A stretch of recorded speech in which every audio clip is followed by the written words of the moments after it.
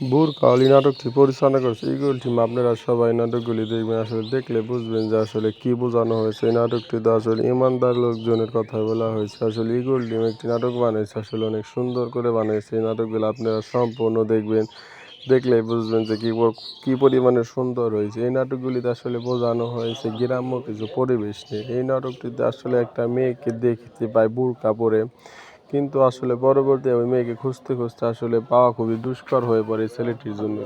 ওই ছেলেটি আর এই মেয়েটিকে আর পাওয়া যায় না। খুব কষ্টে আসলে মেয়েকে খুঁজতে খুঁজতে গ্রাম তন্ন তন্ন করে ফেলে, কিন্তু আসলে খুঁজে পাওয়া যায় না।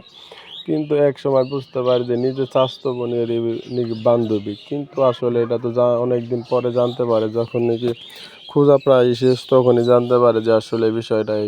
কিন্তু আসলে মেয়েটিকে তখন প্রায় খুঁজে পেয়ে যায়, কিন্তু আসলে সেই মেয়েটি আসলে আর এর লগে প্রেম করতে চায় না। কারণ হচ্ছে বুরকা আলী মেয়েটি অনেক পর্দা করে চলতো, সে প্রেম প্রীতি আসলে পছন্দ করতো না। এই সব বিষয় নিয়ে আসলে নাটকটি বানানো হয়েছে। বুরকা আলীকে পেয়েও আসলে পাওয়া যাইতো না, সামনে পেয়েও আসলে তাকে ভুলে যেত, পাইতো না। এই বিষয়টা নিয়ে আসলে ইগল টেলিভিশন একটি সুন্দর নাটক পরিবেশন করছে আমাদের মাঝে। আমরা সবাই সম্পূর্ণ নাটকগুলি দেখব এবং দেখলে বুঝবো যে আসলে এত সুন্দর করে কীভাবে ইগল টেলিভিশন একটি নাটক পরিচালনা করতে পারে।